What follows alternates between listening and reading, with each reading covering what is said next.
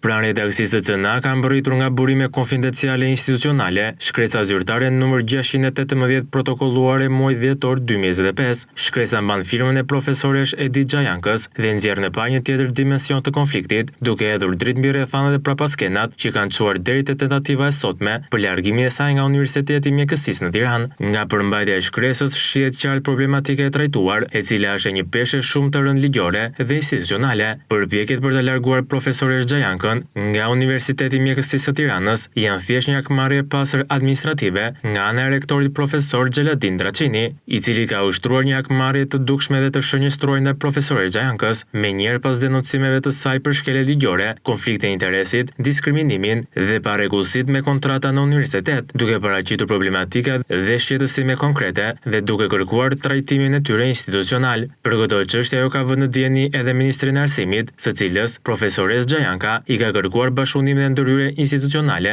për zbardhjen dhe zgjidhjen e problematikave të ngritura. Në shkresë bëhet fjalë edhe për konfliktin e interesit, i cili është përcjellur rektoratit me shkresë nga LDKP-KI.